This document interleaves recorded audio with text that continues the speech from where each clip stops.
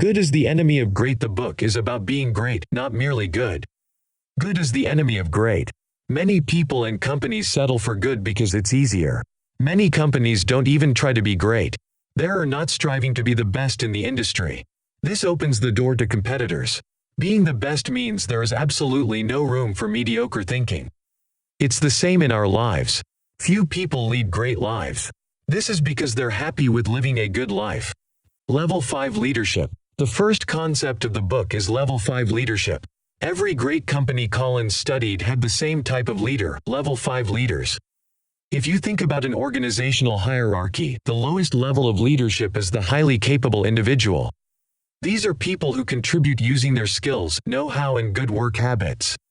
Moving a step up the hierarchy, the next level is a contributing team member. These are people who are able to use their skills and knowledge to help their team succeed. The next level is competent manager. These managers are capable of organizing their team to efficiently reach predetermined objectives. Level 4 is effective leaders. This is where the majority of leaders can be found. They are able to create the commitment from their team to vigorously pursue a clear and compelling vision. They're also able to create a high-performing team. Finally, we reach Level 5 leadership. These are the great leaders. They have the abilities of the other 4 levels plus a unique combination of will and humility. And it is this combination that makes them great. The behaviors of Level 5 leaders that set them apart include paradox. They are ambitious, but their ambition is for the organization to excel rather than themselves. At the same time, they tend to be modest about what they personally contribute and are self-effacing. Driven, they are fanatically driven, obsessed even to produce exceptional results on a sustainable basis. The key word here is sustainable. This isn't the result of a one-off heroic effort. Build successors, they build successors to be even more successful. This is in contrast to Level 4 leaders who will sometimes set up their successors for failure to make themselves look good. Share praise, they share the praise amongst the team when things go well. Take blame, they are happy to take the blame when things go wrong.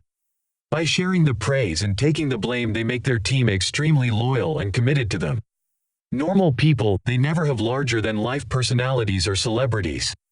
Come from within the organization. This is because their greatness comes from quiet hard work, rather than heroic acts.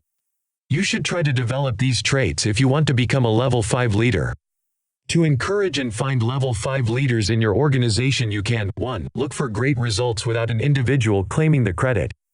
You may just already have a Level 5 leader working for you. 2. Practice the good to great concepts. This will encourage the development of Level 5 leaders. 3. Hire from within. Avoid the temptation to recruit external talent. 4. Invest in personal development, coaching, and mentoring for your team. 2. First who, then what. This is the second concept of disciplined people. It's not just the quality of leadership that is important to be great. The quality of all other people in the team is equally as important. What does first who, then what mean? It is very opposite of what we normally think of planning as being. It means that you don't decide what you want to do and then get the people you need to do it. Instead, you start by getting the right people into the organization and the wrong people out. Getting the right people takes precedence over strategy, over vision, over almost everything. First, you get the right people. Then you let them work out where you're going to go, what you're going to do, and how you're going to do it.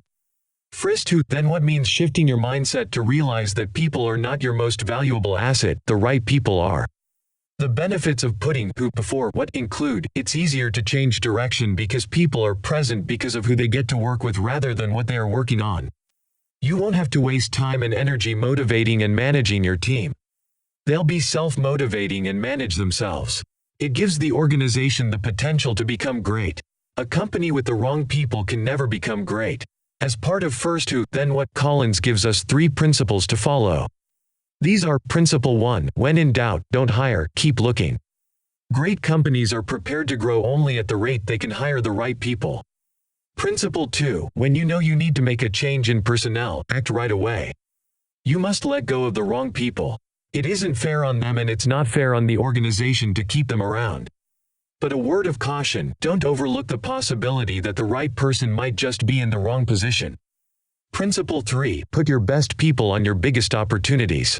Managing problems well can make your organization good, but only exploiting opportunities can make you great.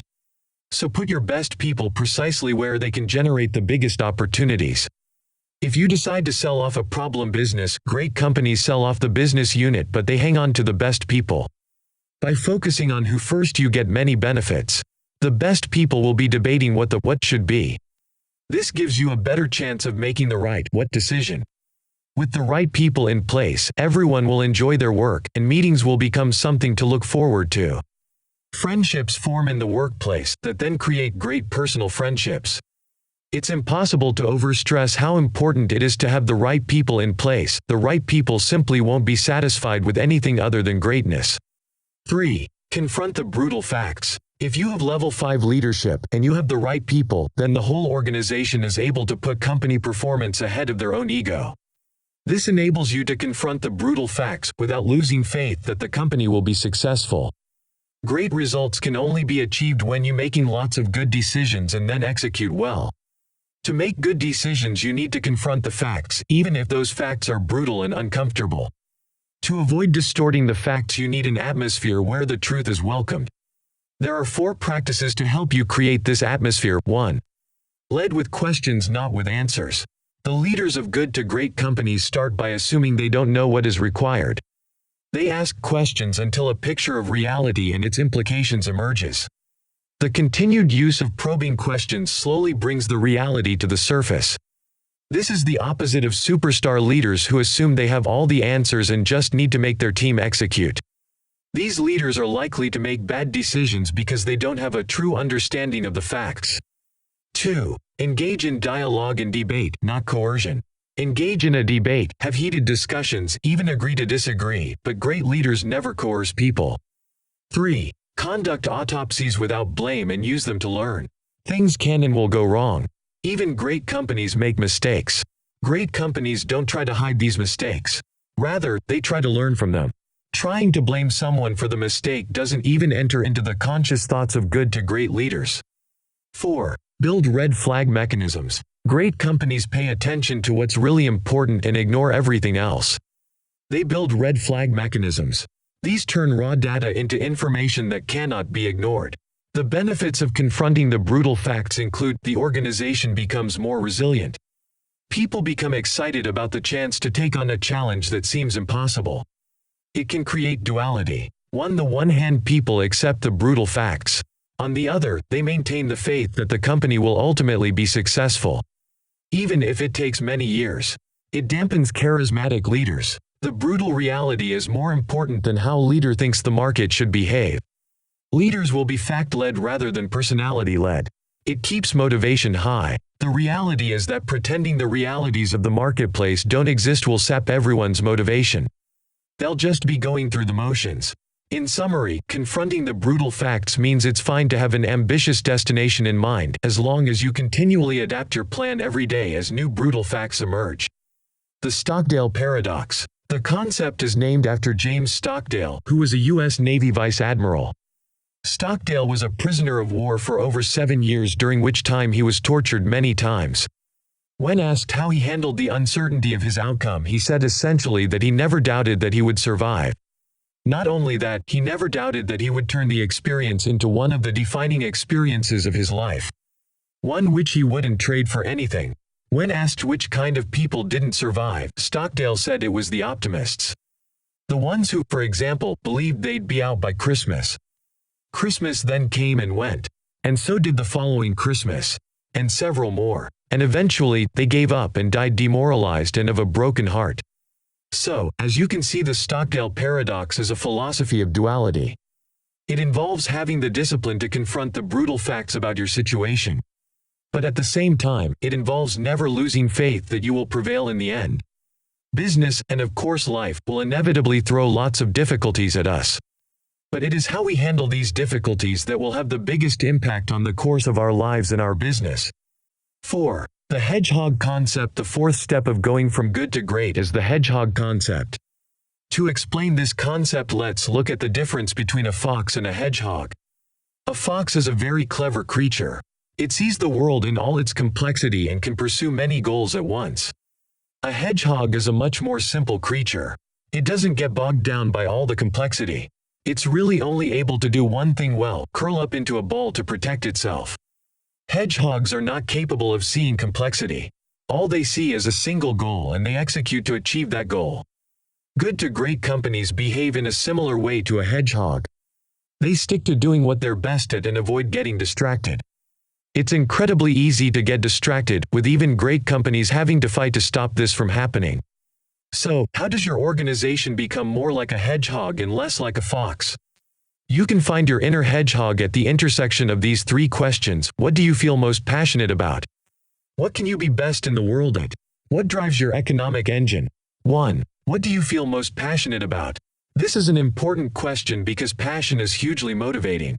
Great companies don't tell their employees what to be passionate about. They find what their employees are already passionate about and then look for projects aligned to those passions. 2. What can you be best in the world at? This is about more than developing a great core competency. It's about deciding on one key area that your business can do better than any other business. It's then about focusing on this area exclusively so nobody else can match you. Note that this is about focusing on what you can be the best at, not what you want to be the best at. 3. What drives your economic engine? What is the one factor that creates money for your organization? You think of the economic engine as being like the blood flowing through our bodies. It doesn't define us and it's not who we are and what we are about, but without it we simply can't survive very long. If the company is working at the intersection of all three questions, of passion, of being the best, in an area where money can be created, then it's going to be likely that the company will be successful. Good to great companies set their goals based on their hedgehog concept. This is very different from setting your goals from the desire to grow, for example. It takes time to develop your hedgehog concept. It's not going to happen overnight, in a flash of brilliant inspiration. To help develop their hedgehog concept, many companies use a business council. A business council is a group of people from different areas of the business who meet regularly. They are tasked with finding the hedgehog concept.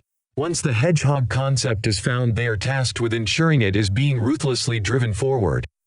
To be effective, the council needs the right people on board. This includes a very senior executive plus people from all levels of the organization. The hedgehog concept is a turning point in the journey from good to great. The remaining concepts only make sense if you have your hedgehog concept in place. Be prepared for it to take several years to find your hedgehog concept. 5. Culture of discipline. Having discipline of people eliminates the need for hierarchy. Having discipline of thought keeps everyone on track.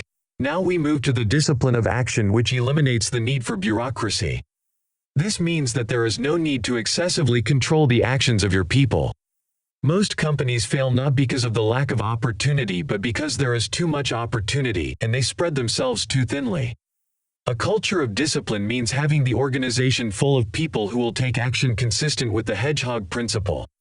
Don't make the mistake of many executives, mistaking control for discipline. To support a culture of discipline, you'll need to do 5 things. 1. Build a culture of freedom and responsibility but within a defined framework. You will free up your time if you put in place boundaries but let people decide for themselves how to act within those boundaries. All you'll have to do is manage the system itself. The best way to explain this is by using the example of an airline pilot. The pilot is guided by air traffic control, but the pilot has ultimate responsibility within that system for the safety of the craft, its passengers, and its crew. 2. Get the right people on board. Those that have the will to achieve their responsibilities. In essence, this is about what we're already covered: disciplined people, disciplined thought, and disciplined action. You need the right people.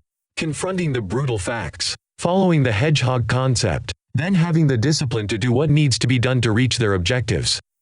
3. Build a strong culture, not a dictatorship. It's not about driving your team relentlessly. It's more about creating a culture where the team wants to achieve. Obviously, the hedgehog concept will help here as it keeps everyone focused. 4. Exercise extreme focus in adhering to your hedgehog concept. If you want to be average, start by trying to be great at lots of things. Good to great companies keep focusing on their hedgehog concept and avoid everything else. Paradoxically, this can actually create more opportunities for growth than if you try to do everything. 5. Create a stop doing list. Create a list of things you will stop doing so you can better focus on your hedgehog concept. Change the way you plan. Instead of thinking which projects should get which people, think which projects support your hedgehog concept. Those that do get more funding. Those that don't support the hedgehog concept get less funding or are scrapped. A key takeaway from this chapter is that discipline on its own is pointless. There are many examples from history where people have marched with discipline into disaster. The key to going from good to great is to get the right people, engaging in critical thinking, then taking disciplined action aligned with the hedgehog concept. 6. Technology accelerator. Good to great companies think about technology in a different way. They will invest in new technology only if it serves their hedgehog concept. The behaviors of good to great companies around technology include 1. They view technology in light of their hedgehog concept. They ask if a new technology fits with their hedgehog concept. Only if there is a fit will they then invest in it. 2. They become pioneers of technology aligned to their hedgehog concept. They use technology to speed up the momentum they already have. This is part of their disciplined approach to excelling at their hedgehog concept. 3. They use technology in unique ways. Because they examine technology through the lens of their hedgehog concept, they will often use technology in ways other than intended. 4. They maintain a balanced view of technology. This means that they view how technology is used as being far more important than adopting the latest technology. The flywheel and doom loop.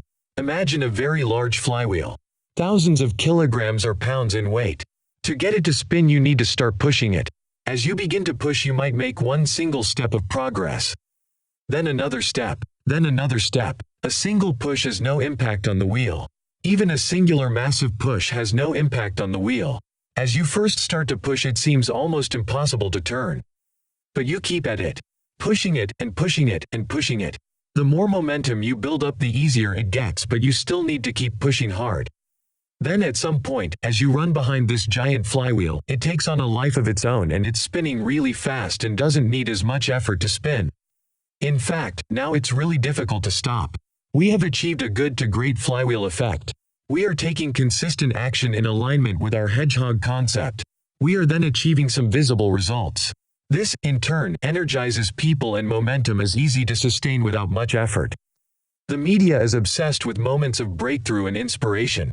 But if someone came to you and inquired as to what was the one big push that made your flywheel spin so fast, what would you say? You wouldn't be able to answer. Because there was no singular thing you did that made the difference. It's about consistency over a long period of time. A key concept here is to realize that no single push makes a difference. No matter how Herculean the effort. So you have to be thinking about cumulative effects, not looking for the dramatic singular win.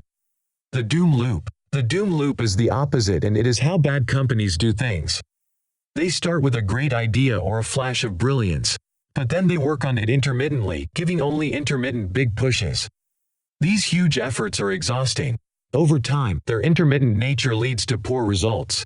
This, in turn, causes the firm to switch to a new idea because the previous one didn't work out the way they'd hoped. Each time they switch idea, momentum is lost. These companies completely stop trying to create momentum. Instead, they are focused on having one breakthrough. This breakthrough never comes. The absolute key thing to remember in this flywheel analogy is that each push on the flywheel builds on all the previous thousands of pushes and moves you one step closer to going from good to great.